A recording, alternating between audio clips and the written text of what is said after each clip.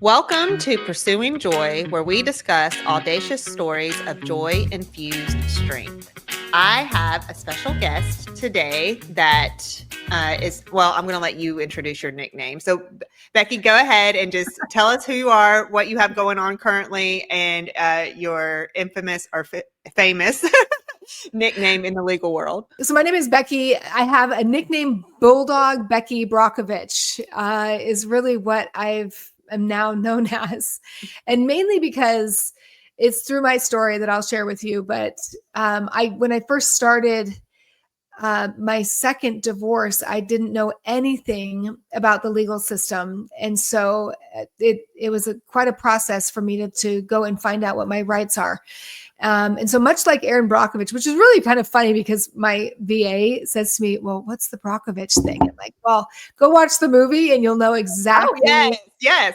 Highly recommend that movie. I know you'll know exactly what I do for people going through divorce. I advocate for them and their lives and for their rights, because most people, I don't know if you knew, but 44% of women coming out of divorce end up in poverty.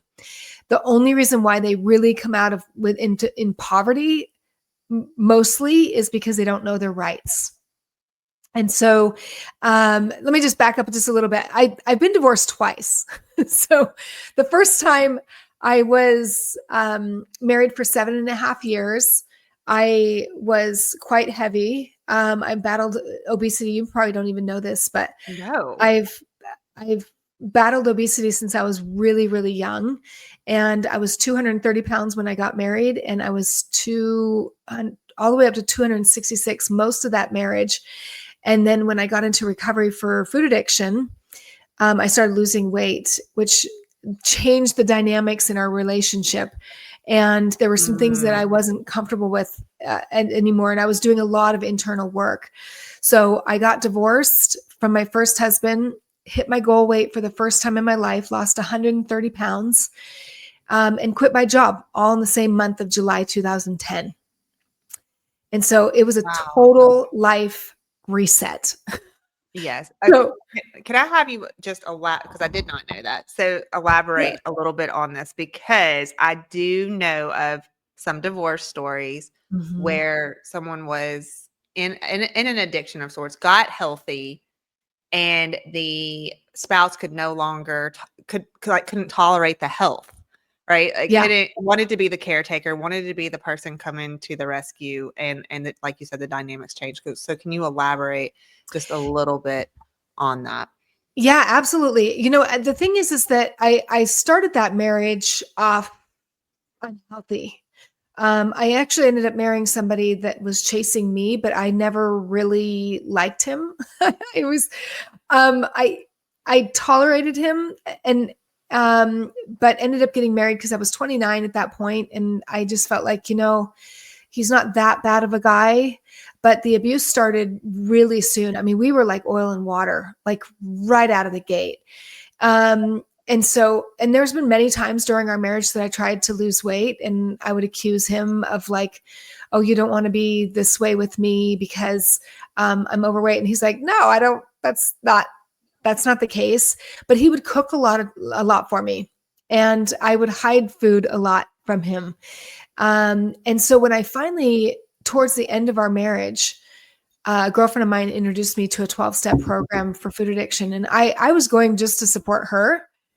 And I came back from that convicted. I was like, okay, I'm doing this. I'm going to lose my weight for the last time. And my husband, I remember what he said. I came through the door and he's like, Becky, he's like, I've heard that before. I'll believe it when I see it. So lo and behold, I started the program. And I think it was only 9 months after I started losing a lot of weight pretty quickly. And about 9 months into that program, so I was about halfway through my weight loss when we separated. And things started changing in our relationship because he no longer could feed me or cook for me. And he used, we cook and we'd go out and eat all you can eat stuff. So of course our dynamics of our relationship changed. And I weighed and measured all my food, and I wouldn't let him near it because I didn't trust him. At that point in our relationship, we had very little trust. So that was his way of doing love for me or showing his love for me. And I wouldn't have anything to do with it. I was just like, Right. and of course I was doing a lot of writing and a lot of therapy and a lot of everything, kind of really unwinding my life of why I was overweight and why I kept myself in that state, which then challenged our relationship. And we actually, you know, what's funny is 3 years after our divorce, I had started doing radio back in 2010 as well. And he had found out about it. And he came to me and he said, Becky, what do you think about, you know, I'd come on a radio show if you want to talk openly about our relationship. And I was like, and I was doing live radio. Like, there is no way that I would bring him on my live show. But I started thinking about it. I'm like, you know what? We both have come a long way. I had lost all my weight. And one of the things he said on that podcast, that 90-minute podcast, which I have it on my website somewhere, but I need to actually post it. Thank you. It will be at BeckySampson.com. I will go on there today. But what's so fascinating about that interview is he said to me, he says, Becky, you were moving too quickly in your self-development and I couldn't keep up.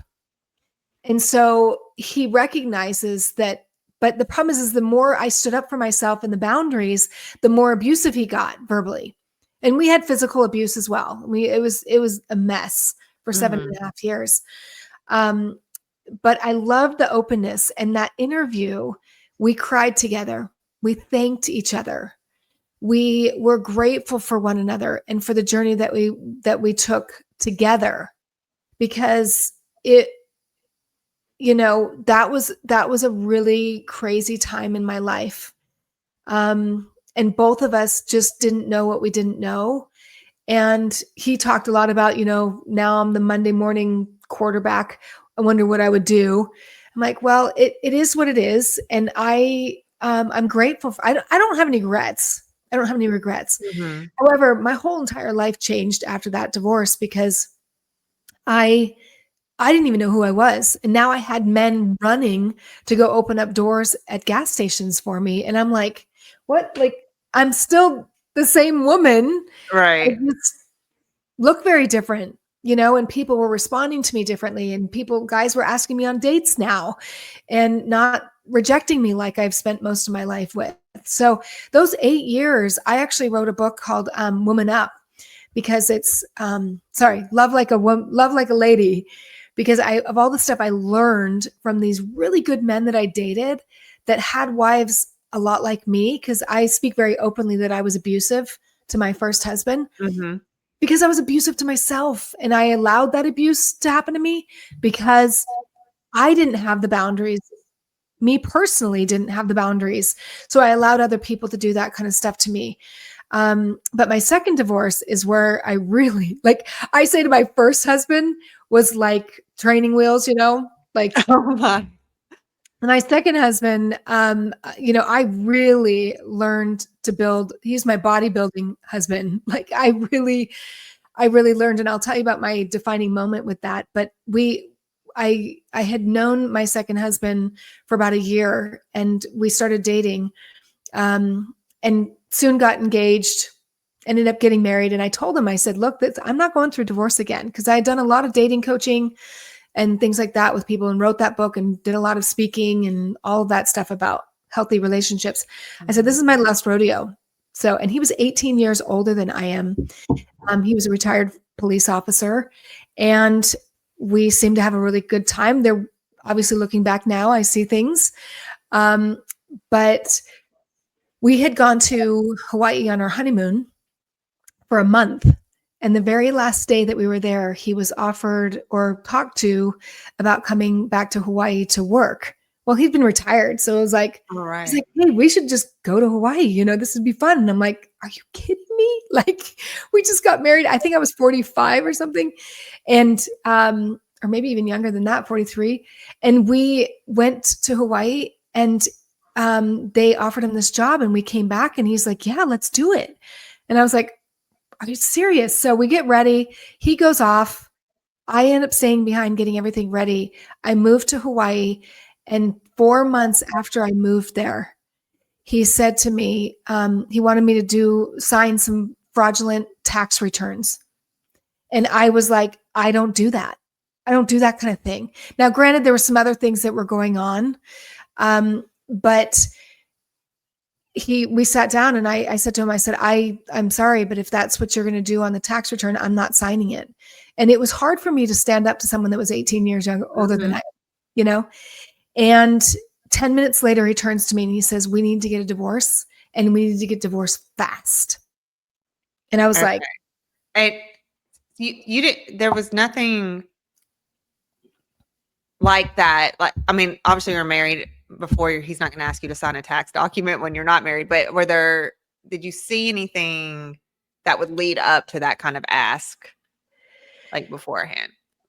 Well, I mean, looking back, obviously I've done a lot of emotional work looking back on that, and now I can connect the dots. There was a lot of control, even right out of the gate, in that relationship. But he was very different with the way that he did control. I didn't realize at the time how much I had isolated myself from everything, isolated myself from my friends. Now we're on an island, right? Right.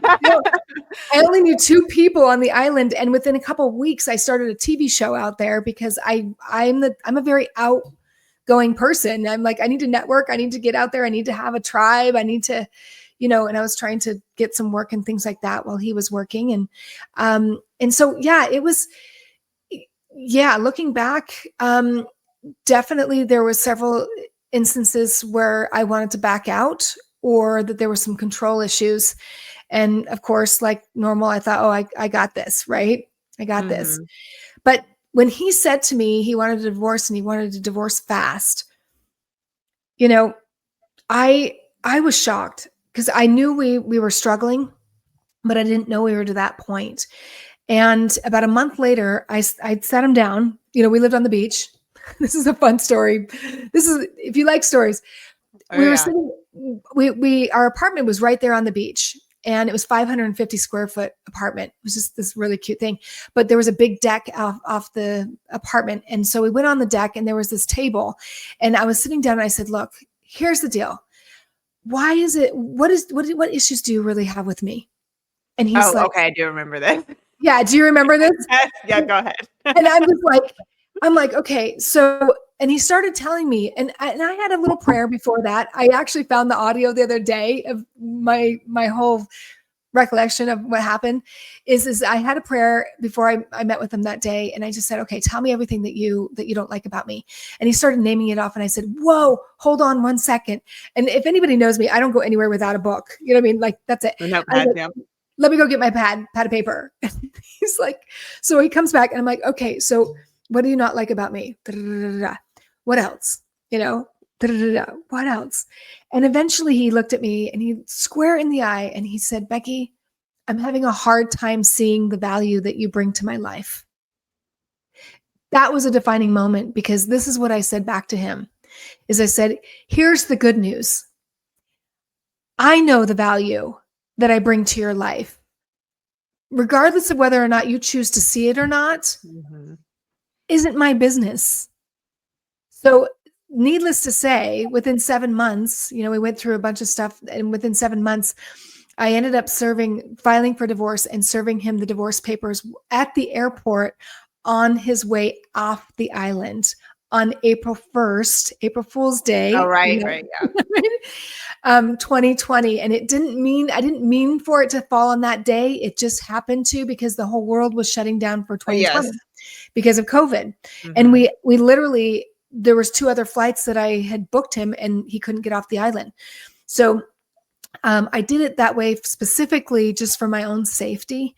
But that was a moment that moment was such a defining moment for me to stand up for myself for the first time in my life and say, look, no, you do not get to determine my value. And how long were you married up to that point? And how long what was the divorce process? Oh, so at that point we had been married together less than 2 years, less than 2 years. And one of the things that I said in my heart as I dropped him off at the airport, because I did drop him off, and I had a little prayer, and I said, God, please keep my heart soft towards him and towards men, because Oh, yeah. I knew that this didn't have to define me. I didn't want this to define me. And sure enough, I mean, I had no idea that day that I said that little prayer, that within 3.5 years of being in the court system, I would go through as much turmoil as I did, because it ended up being 21 hearings, 21 subpoenas. I subpoenaed him. And it took 3.5 years to get through this process. And most of it, I represented myself up against 5 attorneys, and I won. Now, I say I won, but I won a fair and equitable division, because he wasn't willing to give me anything, because obviously I had no value. Right. And so I had to prove through the court system that I did have value. And thank goodness the attorney I eventually had, he called me one day, and I was, reading through all this. I was giving him a whole list of things that I'd done and he goes, Becky, let me just stop you right there. He goes, I don't care if you ate bonbons, gained 100 pounds, and sat on some couch for the whole 2 years. You are entitled to half of the increase, or, here's your rights, basically. Right. And I was like, thank you so much. I said to him, thank you so much for making it so that I don't have to prove my very existence. Because as women, I think sometimes we feel like we're always saying, I'm sorry, or, accommodating here and there. And it happens to men too, because I'm now happily married. I just want to tell you, Yes. the love of my life. And he is amazing. However, he was left with 21 cents from his marriage after 27.5-year marriage.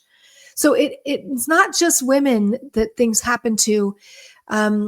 It could be any of us, but it is how we navigate through those difficult times is the important part. Yeah. So I was listening to an audiobook about a divorce story in front of with my kids in the car. And they're always listening, whether you think they're listening or not. And they were like, how can this be okay? How can this person that obviously is doing wrong has the right to his children, or has the right to this or this? And the fact of the matter is, you are turning your whole life over to strangers, the government, the legal system, whatever. And you have it is a fight for your life of proving your identity, right, to someone who knows nothing about you. And so it definitely can happen on one end or the other, and it almost it is based on how much fight is in you, right? And most people don't have it during a divorce. It's very, very traumatic, and that's one of the first things I tell people, if you're ever even considering a divorce. And if you even have any inkling that it's going to be a little combative or not cohesive, is get a self-care program in place, because you've got to take care of your own mental, emotional, physical, and financial. He left me with hardly anything, and financially, and it's not cheap to stay in Hawaii. I stayed for 5 years. And so it was very difficult.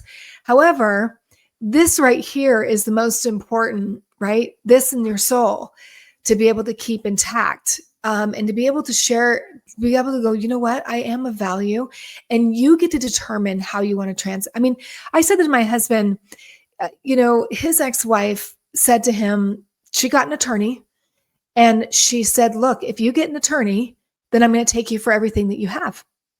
And what happened was, no. She took him for everything that he had, because he didn't get an attorney to look over it. So that's the one thing. And I always say to my husband, I'm like, you were left with 21 cents. I'm okay with you deciding that you want to leave with 21 cents, but at least know your rights. Right. At least know what you're entitled to. And then if you don't want to fight for it, then that is totally up to you. I am not here to tell people to fight. And if fight, I say that one of the greatest weapons that you have, or greatest assets that you have going into a court system, is your heart. And many people think, oh, I can't be that vulnerable. But you go in with the right intentions. You go in with even with somebody that is being absolutely working the system, playing the game, lying about you, having attorneys. I mean, still, I think that is one of my greatest accomplishments, is that I could still go to court seeing him as a real person, not as an object. Because I knew the reason why he was fighting as hard as he did is because he thought, in his mind, he thought that I was taking him for every single penny that he had. And I never had that intention, ever. I was just fighting for what was rightfully mine. Right. And so I think that people get the wrong idea is, I mean, look, if you want to, it's going to be very, very expensive to fight. But I refuse to let him have that power, literally. And there was days, it doesn't mean that I didn't have days that I was mad and frustrated and angry and frustrated with the system and everything, but I had to keep myself in a good place. I had to keep the number one goal is these are my rights. I'm going to stand strong and firm in that, in those rights.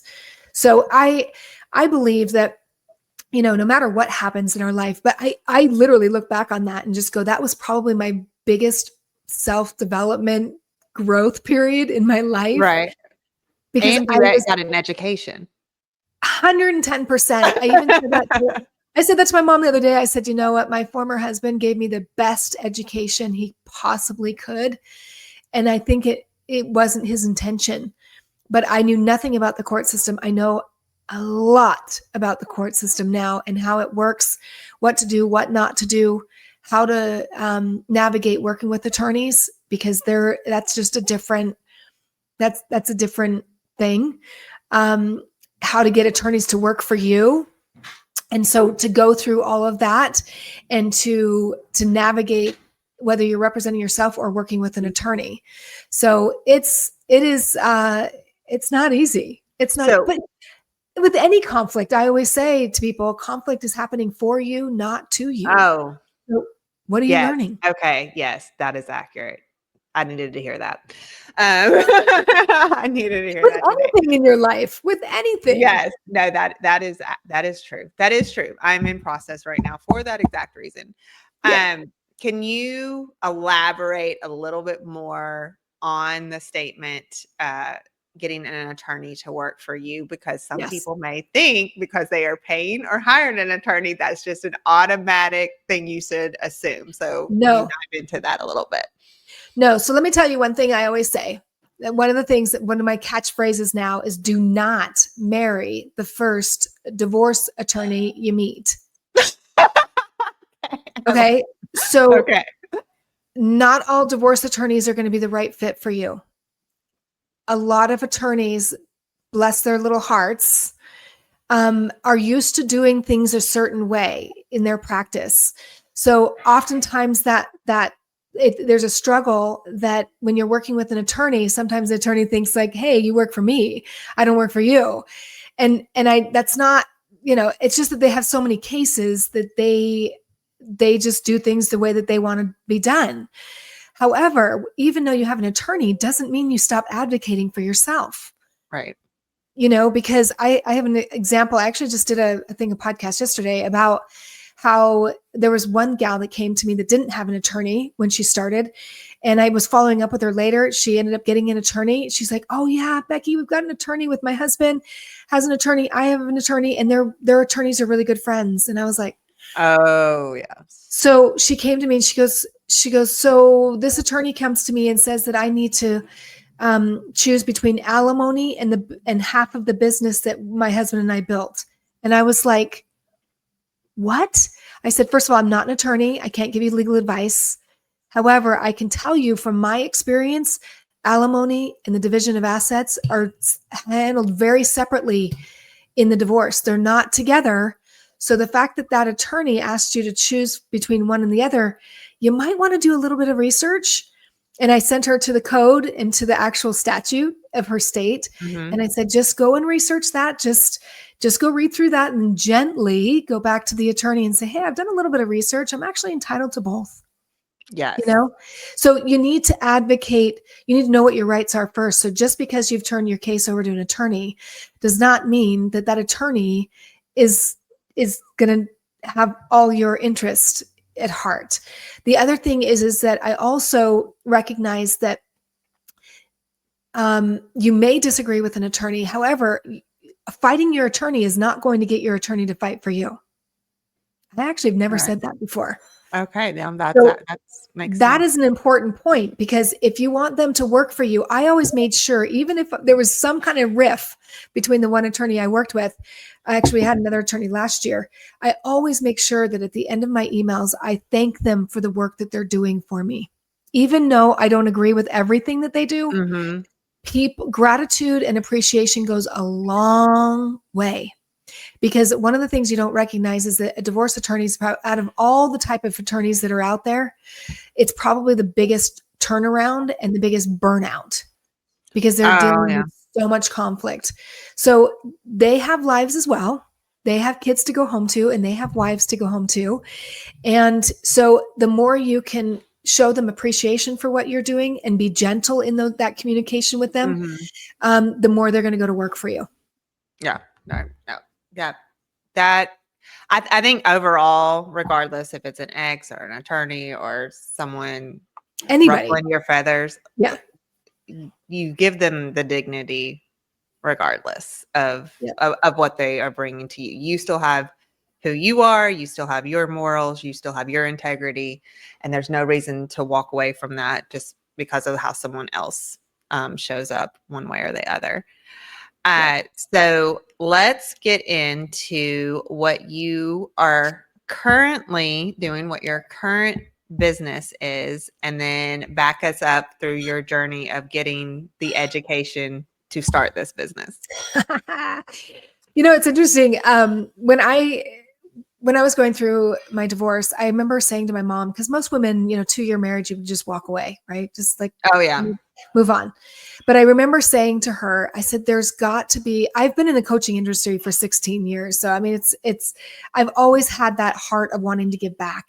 And so when I was going through this, I said, Mom, there's a much bigger reason why I'm going through this, and I'm sticking with it, because I want, I want to help people through this process. So it's interesting, even though I think I explained to you this, even though we got a settlement, it took me another 1.5 years to actually collect. So I had been divorced for over 1 year by the time that he finally paid me. Right. So just stop there and just talk about settlements and pay. Like let's just talk about that for a second. Yeah. So for most people going through a divorce, you might even hit settlement, go to a trial, hit settlement, and you're like, yes, I won, you know what I mean? Or whatever amount that you settled on and that sort of thing. But let me tell you, if you're dealing with anything with a high conflict, like I learned, they don't pay, right? So now how do you enforce it, right? So I had to go through the court system. It took me another 6 months to finally get a judgment. And then after the judgment, I had to then, obviously I was without an attorney again, because I'm in a new jurisdiction. And going into that new jurisdiction, I had to domesticate things. And then I had to force the payment of that judgment, which created a lot. So for me, I put a lien on his house, foreclosed on the house. And then he ended up having to pay me. I ended up winning the foreclosure. So I got the house, right? I got the entire house. And then he had to pay a big chunk of money to get on top of the settlement to get his house back from me. So that was my journey. It may not be everyone's journey, but just know that there are options. And especially the attorneys that I worked with on that one were collection attorneys. They were no longer divorce attorneys or real estate attorneys. It was now the collections, because now I had a judgment. So if you have a settlement that they're not paying, for me, I asked the judge to just give me a judgment. And the judgment is just a clean, clear, there you go. There's the judgment. Now pay it. It's just like a regular creditor, And I don't think most people know about that either. No, well, Actually. no, Yeah. there's so many spaces in that journey that most people would just throw their hands up. Yeah, well, I know of somebody that's been 15 years divorced and she's still entitled to all this money and from the settlement, but she's never done anything to do it. Now there's a couple of reasons why, because she's got kids and they're dealing with some issues that way, but I knew I needed to move quickly. And in the process of moving quickly, there was one attorney that was like, why not just let it sit for years? Because you're getting 10% on your money. And I'm like, yeah, but I want to be out of this. Like, I want to move on. And so by the time he paid me, it was in November 2023. And funny thing is 5 days after he paid the bill, like I say, is when I met my now husband. And we met online. It was a really random, weird thing. And we just started talking. And within a month, I moved. And within 2 weeks after moving here and meeting him, I found myself back in court because he had a granddaughter that we were fighting for guardianship. Right. And so I learned all the process when it came to kids as well. And when it came time for us to go to trial on that case, it took a year. By then, I had married my husband. But we went for that case. He asked me to do a subpoena for that specific case. And I was like, so I called our attorney. Our attorney is 35-year attorney. And he says, no, I don't want to do the subpoena. I'm like, what? I'm like, first of all, you work for us. We want to do it. And so he said, well, I'll charge you $500 for it. So why doesn't he want to do that? So here's the reason why I can't speak for all attorneys, but this is what I've learned, because my attorney that I even had in Hawaii wouldn't do them either. What I found is most attorneys, every subpoena is done a little bit differently. And so there's a lot of regulation around that. 1 out of every 3 subpoenas statistically gets rejected. Okay. Because it's not compliant with whatever the rules are in that jurisdiction or with that company or whatever. They'll reject it. And so there's a lot of wasted time around subpoenas. So I actually have a company now called Only Subpoenas. That's all we do for attorneys and for people going through divorce. I do them for all types of attorneys, but I love doing them for the divorce attorneys because it gives people the information they need to settle for a fair and equitable division. And so, but when they work with me, it's 100% compliant, or they don't pay me. So meaning that subpoena goes through. Okay. Or they don't pay. Okay. So you get it right the first time. Absolutely. Get it right. And when I turned my case over to my attorney in Hawaii, when I had 21 subpoenas, he's like, how in the world did you get all of those subpoenas back? And I'm like, well, I couldn't afford not to have them back. So you were doing your own subpoenas. I was doing my own divorce process, and then helped your now husband with his subpoenas. Yes. Okay. Yeah. And so when I called back, so after that attorney in this other case, this child case, the attorney said, yes, we'll do it. My husband said, fine, I'll pay you $500. His paralegal prepared everything. And then within 45 minutes, I went and did my due diligence. I called her back and I said, okay. She goes, no, Becky, no problem. I've already done the subpoena, sent it off to the bank within that 45 minutes, and it was rejected. And I was like, are you kidding me? I said, did you do this, and this? And she goes, how do you know? I'm like, this is what I do, honey. And so I gently, because you want to be gentle with these people, I didn't throw it in her face. I just was gentle. I sent her the instructions and she went ahead and did it. It went through, and 2 weeks later, we got all the paperwork. 2 weeks later, we ended up settling in our case. And I do believe it played a big role in that settlement. My husband turned to me. My now husband's turned to me. He says, you absolutely need to do this as a business. You need to help these attorneys win cases, because it's the one part of attorneys' business that if they used them more, they would win cases quicker because they'd get the information that they need. And what was your background? What was your career background up until that point? Yes. So right out of college, I did graphic design. So I've done graphic design and marketing, branding. I've done that for 30 years. Then I went into real estate, and then I was a property manager of a very large apartment complex. And then I quit that job to go into the self-development when I lost all my weight. So I've been in this self-development world for a long time, just didn't know it was. And the funny thing is I worked for an attorney the 7 years that I worked for the apartment complex. So I've been prepared, and even real Right. estate, you're dealing with a lot of legal Oh, yeah. documents. So I never even million years thought that I would be in the legal industry, and I love it. Like, I love it. Like, I'm a huge believer that you do what you love, Oh, and yes. the things will work. And so for me, I wake up in the morning when I get a subpoena, I'm like, I'm a bulldog. I'm like, Right. and I won't return it back to the attorney, all the instructions, until I'm 100% compliant into making sure that that it's going to go through. And so I love being able to support people that way. And then being able to, I think I've told you before that, hiring stay-at-home moms to work for my company, and people coming out of divorce that need the money and the cash to be able to survive, because I was stuck with very little finances and could not find a job when I was going through my divorce. And I would have given anything to have an opportunity to do something virtual and flexible to be able to make the money to survive. But so I'm a very mission-oriented person. And yeah, and you've taken everything all the conflicts that have come towards you, that have built you into this.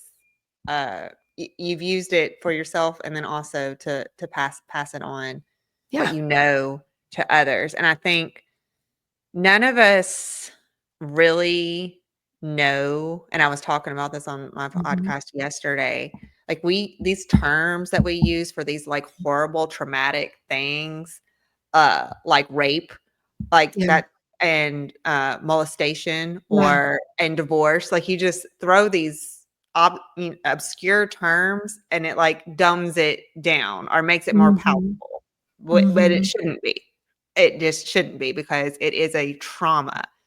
And that trauma, even if you can kind of see the writing on the wall in your marriage, it still is like the rug is ripped out from under you, and you just can't be prepared enough for like what you're going to face financially, or putting a roof over your head, or even the zombie mode that you go in, because everything is too emotionally draining at that moment. And so I think our eyes then become open to that, and then it's almost a responsibility of ours to pay it forward. Like, what we learned, it just, now we know, and we can't unknow. And so there should be something that is done. I know I have wanted to do so much for the single mother, or the single dad, or anybody that is like experienced a trauma that has completely turned their life around. And now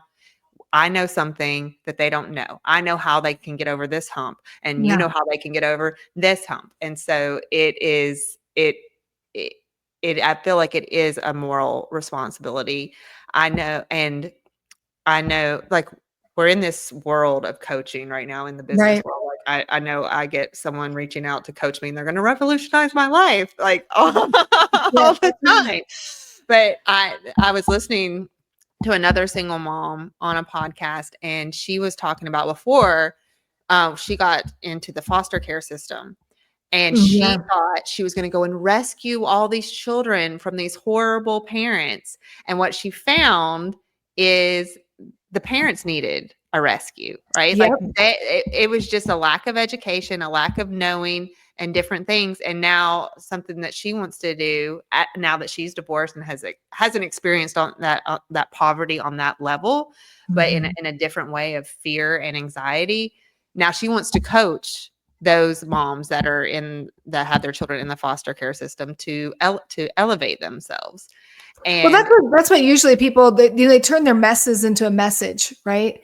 I've also learned, Julie, though, that when I lost all that weight, the 130 pounds, I realized not everybody. I met somebody that lost 150, and they have zero desire to go and share their story. And I was like, are you serious? There's somebody out there that you can inspire. And they were like, no. And I just realized that not everybody is up for that. Oh, no, And that's I not, believe that, yes. yeah, that's not their mission and their calling. However, if it is, there's so many opportunities now. I mean, even just this, you can do your own YouTube channel, you can do your own podcast, you can do Mhm. your own social media I mean, just a note. I can't even tell you how many people I've met in real life. There's one lady that comes to my mind. I was doing a video up in Idaho.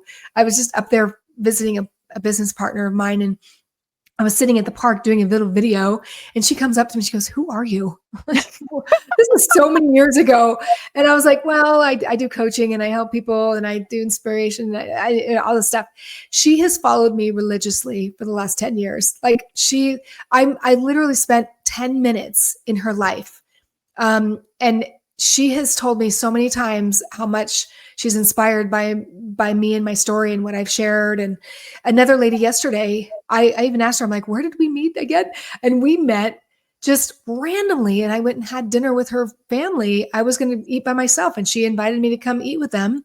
And she goes, Becky, you have no idea how much you've changed me and my husband's life with the things that you've shared over the years. So we have no idea. So if Oh, that's yeah. something that is a calling for you, then go serve, because there are people that are crying and praying for you to show up. Yes, and to In your know that there is something on the other side, that it Yeah. is survivable and thrivable I as mean, well. I always say to people, divorce is a temporary state, even though it feels like it's permanent. And you can apply that to any conflict that you're going through. I mean, sometimes we get into this anxiety going, I'm never going to make all the money. I'm never going to be in the relationship I want. I'm never going to be, happy with my kids, or whatever stage you're in right now is temporary, and you'll move quicker through it if you have the right mindset. And if you look at the gratitude of the moment of the conflict, instead of, when I was going through my divorce, ironically enough, I was getting my degree at 50 years old or 40, whatever I was, getting my degree in conflict resolution, peace building, and mediation, while I was still litigating my divorce in the court. But it taught me that how I show up in that conflict and how I see that conflict and how I chose to see him very well affected the result that I had at the end, which I thank goodness I came out of it the way that I did, because 5 days after he paid me, I was ready and prepared for this beautiful man to come into my life, which I had no clue that was going to happen. So it's conflict. If you look at conflict, whatever it is that's happening for you, it's like, okay, this really sucks right now. Mhm. Like, super sucks. And what can I learn from it? What do I need to do to take care of myself right now, so that I can bring me back to a place of peace with him, or with her, or with them, or with whatever, and get back into a place of heart, and back into a place of feeling compassion for people, because we need more compassion for people with boundaries. It's okay to Yes, have boundaries. That's compassionate. yes, I had to learn, during my divorce, and my my thought process was Yeah. that forgiveness equaled reconciliation, because Mm. that's what happened whenever we went to counseling, or that had just become the mode. And Yeah. so when it was done, when I knew it was over, I just could not detach the two. If forgiveness equals reconciliation. If I Mhm. forgive, we reconcile. If I forgive, he's going to think we're reconciling. If I forgive, my children are going to think that Yeah. that we're reconciling. Yeah. And it was such a huge weight off my shoulders once I was Honey. able to take those apart and say, okay, forgiveness is does not I do not have to reconcile. But I can take this weight off of the both of us, so that we can both move on in a better way. And so yeah, and I do have compassion for anyone that is wrapped up in addiction, or Yeah. wrapped up who needs to fight, like he was fighting against you, right? Like, he's not free. if No. he has to, he's locked up, right? And he has chains around him in some way that is making him look that way, or hurt people. And so I Yeah, have compassion for that, and I do not have to get railroaded because exactly. of that Yep. at the same time. Julie, you are right on when it comes to that, because we are only in control of ourselves. However, we do influence others with that compassion, with boundaries, because people, I just knew I had been through a divorce before I knew I was going to survive. That was the good news. However, I just didn't realize this amount of struggle that it was. But I always say, the quicker you can get to forgiveness, acceptance of what Mhm. is, and really gratitude for the journey and the things that you're learning along that way, that's going to free you more than anything going forward. And especially if you have kids, and we don't do it alone either. I couldn't have gotten through either one of those divorces without a whole tribe of people to Oh, yes. support me and say, Becky, you're better than that, you know? And, Yes. and I allowed myself to go through the emotions, even the days that I was so mad, so frustrated and upset with his attorney. I gave him his attorney one day. I gave his attorney chocolates because I was like, all right, we're gonna do peace building here 101. And he sent me an email, and that was early on in the thing. And I swear to you, I think at that point he saw me very differently. And I think As a at some point he person? also fought. Yes. Yeah. He's like, was that from you? And I'm like, that was for me. You know what I Yes. mean? So, and it's just tough sometimes. And it's good to have good, healthy people around us to give us a different perspective, to say, hey, you don't have to do it this difficult way. Yes. You can come out of it victoriously, Mhm. for sure. I am resisting a process right now. So I And that's know, okay. and I know all of this. And I And by the way, it's okay. It's okay. I always tell people, even with weight loss, right? Like, willingness will come when you're willing, and it doesn't have to come right now, or it can. Like, it doesn't, you get to decide how long you want to suffer, and or maybe you're not to the point yet to release, but you'll know when you're ready. And Mhm. then you'll feel the release and go, why in the world did it take me that long? Yeah. But that's your journey. That is your journey, and you get to decide that. And I've done step work as well, and I've always Mhm. loved how the steps are set up to, like, step 2, you come to believe. You're Yep. not submitting to the will, Yes. first, right? And then you have to take your personal inventory, but you're not doing anything with Yep. it yet. Like, it's all Yep. it's a step after step for a reason. And yes, Well, that's step work is how I lost 130 pounds and have maintained it for 16 years. So it Yeah. doesn't mean that it's a perfect process. It's a journey.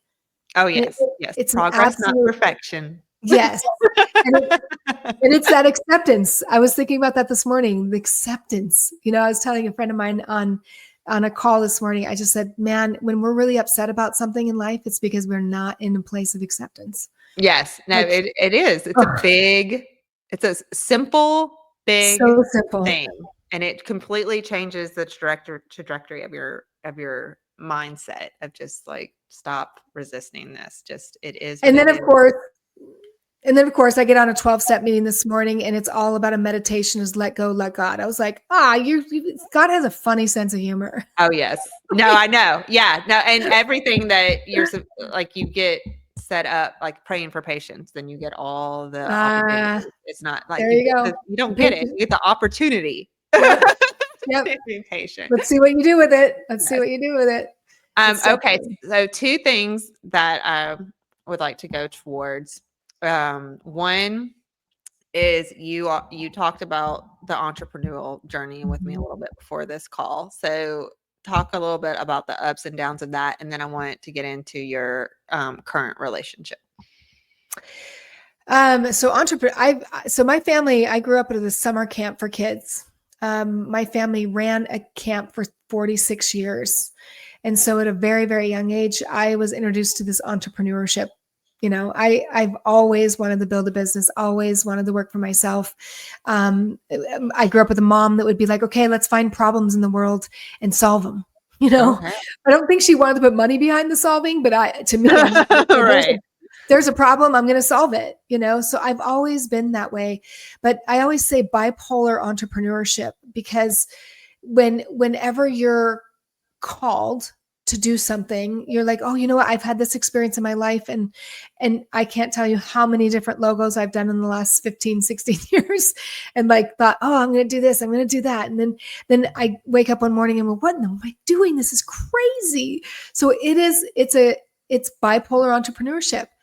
And it takes a lot of grit, and it takes a lot of surrendering, and like you said, you started this podcast, even, I don't know if you said it on this, but you started the podcast for one purpose, and then it kind of warps into another purpose. Right. Yes. It is a journey. Like whatever you're going over here, but you may just be led. And I like to say, God can't drive a parked car.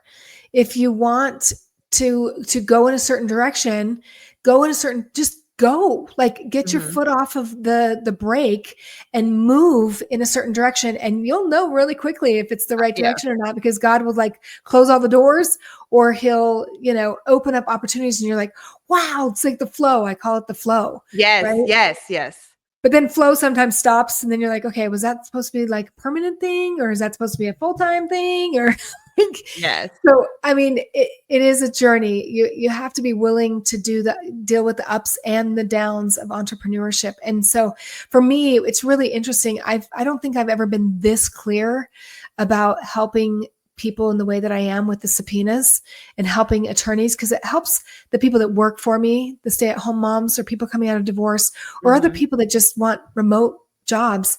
It helps the attorney because it's work that the attorney really is not good at, or they're paralegals, and it's what they really need in order to win the cases. And it helps the people that the attorneys are working for get the information so that they can have a fair and equitable division. And one of the things my husband said to me, he's said to me multiple times, Becky, you know what I love most about your business, or our business? I keep reminding him it's our business. The only subpoenas is that it only helps the disadvantaged. Those trying to hide assets and trying to work the system are not going to use my services. Right. So he's like, I love that about your business. Yeah, that is amazing. And so, it's, for me, it's important to whatever I do. It's got to be service oriented, and it's got to be win, win, win. And then it becomes so much fun. And I always say, if you're not having fun doing what you're doing, then you're not doing it right. All right. No. Because it's supposed to flow. And having it align with your values. I think that makes it fun in and of itself. Yep. So along those lines, okay, so then you're hiring single moms to help with the subpoena work. And then talk a little bit about your coaching, future support groups, and the QR code that you have in the background. Yeah. So my main thing is only subpoenas at this point. So building that up, it's a nationwide company. So it's completely virtual work, and it's there to empower people. I shouldn't say it doesn't have to be stay-at-home moms. It doesn't have to be people coming out of divorce, but that's where my main focus is to support that type of people in that situation. Because I really believe in staying home with your kids and being there emotionally and physically, because they need it. Our society is going crazy directions. And so that's something that's really important to me. Number one. Number two is the coaching. Because I've been in the coaching world for so long, I haven't launched them yet, but there will be a support group for people going through divorce called The Gathering. And if you go to my website, BeckySampson.com, it talks about The Gathering, because it's a place for people to come. It's a safe place to process, to talk, to share, to a lot like 12-step, to be able to, a gathering for us to support each other through this very difficult time. And then of course I do one-on-one coaching, that kind of thing. So, and I do strategies. So I help people strategize whether they're going to use an attorney, whether they don't use an attorney, how to use an attorney, those kind of things. that I'm going through. This right here, you had asked before we started, the QR code that I have right there, it's probably one of the most powerful things that I've put together, which is 100 divorce terms. Whether you're starting or whether you're in the middle of the divorce, there's so many divorce terms that are thrown out there in the court system or through the process of divorce that people don't know. And so I put together, that is 100 divorce legal terms. And I always tell people, just go through there and educate yourself on what the terms are. If you need more explanation, then go to ChatGPT or go to Google and research, what does it mean? What does alimony mean? There's 3 types of alimony. Do you actually know that? Well, go look up the 3 types of alimony and what would be appropriate for your case. Do you know what a motion is? That a motion is how you get the court to do something. If somebody's not doing something according to a court order, you use a motion to put it in front of the judge. But you need to know those things. So I would definitely highly recommend going there, download it. It's completely free, and go and study those terms so that you're more educated in the process, whether you're working with an attorney or doing it on your own. I pray that you don't have to go through what I went through, because it's difficult. However, I came through victoriously, and now I'm living a life with a partner. And that was kind of the last thing that you had talked about. I'm living with a partner. I'm not partner. He's my husband. He's your partner. Yes, I know that term. All over the place. He's a true partner. Like, I get to actually, this is a real relationship where we communicate, we love, we had fun, we laugh, we joke with one another, we tickle each other, we cuddle all night long. Like, I know that's not right for everybody, but for us, like 90% of our sleep time is cuddle. Like, that's just something that's important to us, and we both love it. So it's wonderful to be on this end, and maybe eventually down the road, I'll write a book about the joy that I'm feeling within this relationship. But I couldn't have gotten here if I didn't go through what I went through before, because it makes me appreciate him 10 times more. And same thing with him. What he went through, he appreciates me for the same. So we see the value that we bring each to the relationship. And that's every day we wake up and go, okay, what can I do to serve that other person to make their life easier? And it doesn't mean that we have a perfect relationship. Doesn't mean we agree on things all the time, and that we don't get annoyed. We don't have bad days and all that other fun stuff. We just are a real, true partnership. And I so appreciate that. What do you think? Because I try to navigate. So I have 4 daughters, and they've asked me what I would do. Like, what do I have regrets? And obviously they came from the marriage. And so, overall, I like, for the same reason that you're saying, like, I don't regret anything, the process. But what would I do differently? I know specifically exactly what I would do differently that would have let me see some things before signing on for marriage. Do you, based on your experiences, do you have a way that you navigated this within your heart, or not like a checklist or anything like that, but just where you came at this from a different way? This marriage? Yes. I will say, I've done a lot of dating coaching. I actually used to do podcasts for a nationwide online dating service. So I was the host. So I interviewed a lot of people. This is before my second marriage. So you'd think that I would get it right? I mean, but it's okay. I mean, that experience brought me to where I'm at today. So obviously I needed to go through it. However, I will say, one of the things that I recognized with both of my husbands is that they had issues, real serious issues with their fathers. I'm not saying that this is always the case, but that was one of the things that I asked my now husband when we were, talking a lot on the phone. I actually lost my voice because we talked so much, because I was in Hawaii and he was here on the mainland. And I just asked him, I said, who are you closer to, your mom or your dad? And he's like, both of them. I love them. And his family's not perfect, but his relationship that he has with both his mom and his dad was healthy. And he comes from a very good family that are good, hard workers. Are they perfect? And I just was up the mountain last week with them. They were telling me all the nightmare stories that they did when they were teenagers. And I was like, oh my gosh. But what I love is that those hard times that they have, they've turned them into good things. They're good people. They don't have to be perfect to be good people. Mm-hmm. But the thing for me, and my husband and I talked a lot about this because we moved really quickly. We talked for 6 hours a day for a month. I moved back to the mainland.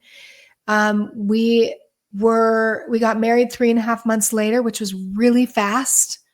But the minute I put my eyes on his, like at the airport, when I literally saw him, like I knew he was the real deal.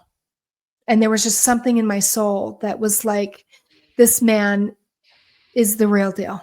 Mm-hmm. And I'll probably get teary-eyed about it because I spent most of my life just struggling in relationships, struggling to have somebody see me for who I am.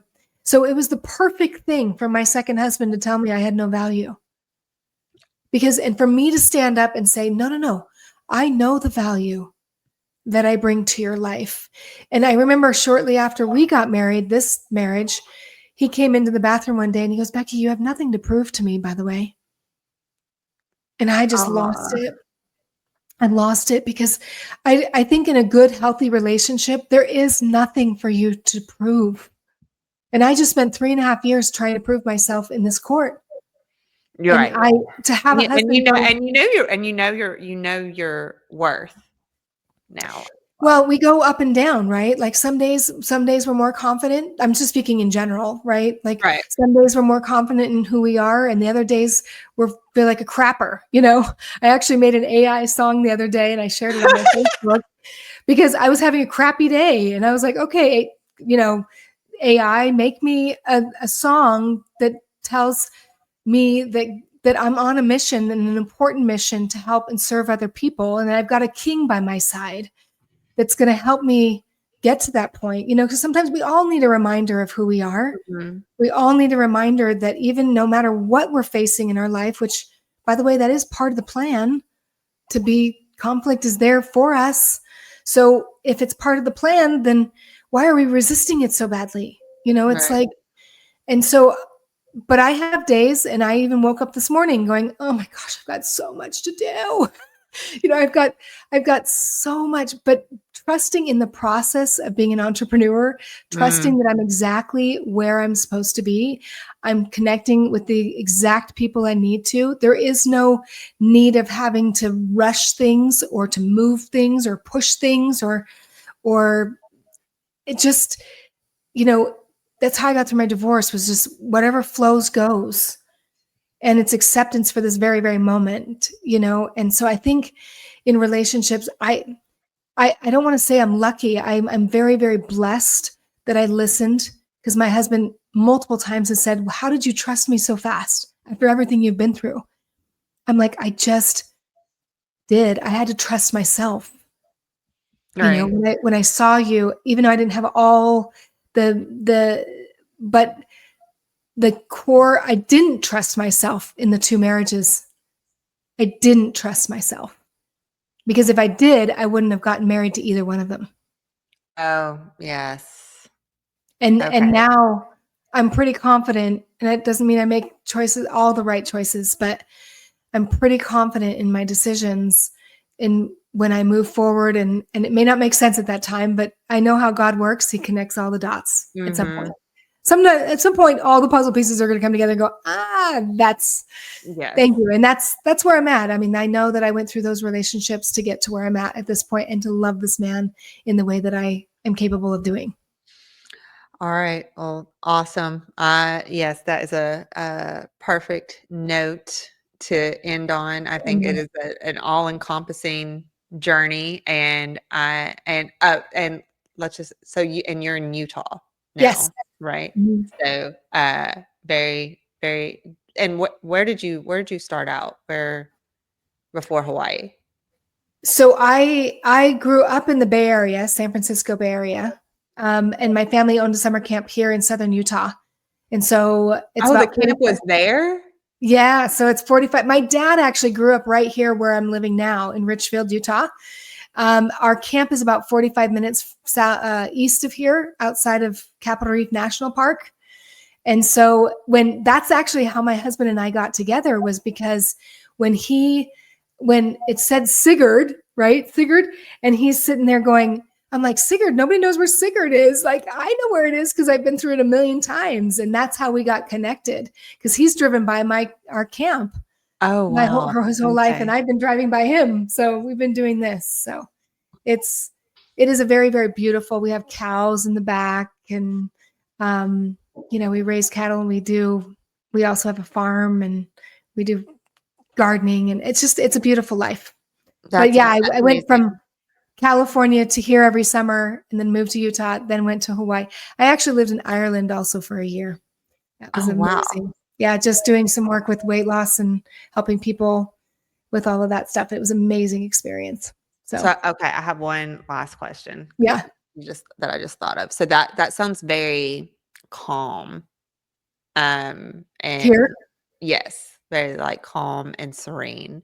So for me, that sometimes can be a struggle and feel more dangerous than The chaos. chaos. Yes. So do you ever feel like that? Have you had to adjust to that, I guess is what I'm based on what you've experienced in the past? When I was in Hawaii, I truly believe God sent me there to heal, because it was so healing. I mean, I was in the ocean for 2 hours a day, and I miss the ocean. I mean, I miss Oh, my yeah. girlfriends, I miss that serenity every morning to watch the sunrise in the ocean.